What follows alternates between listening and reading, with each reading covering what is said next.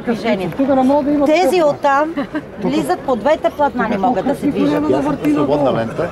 Така. За хората, които ще излизат водачите и напускат Натам. А вътрешно те избираш посоката, подходяща винаги в кръг движение, примерно Еленово, центъра на Благоевград и обратно се върнеш в посока Да, ето, защото тия неща не ги знаят. Това е идеята. Нали? Така, а оттам тези, които идват, тук ли трябва да влезат? Той е поток. Дясната, пак казвам, се влиза към центъра, а другите избират посоката на движение, дали към поликлиниката, дали към гарата. Така. Да ви обясня, вариантите са два. Да. Или ще има повече скъсане на кръговото от предишното кръстовище, когато ги късах, или обратното. Във всички положения Времето ще покаже. Способност и ще се намалят значително тежките ПТП-та и ПТП-та като цяло. Ние ги правим анализа съобразно другите кръстовища и ние нямаме сега ПТП-та нито с тежки последици, нито с направени.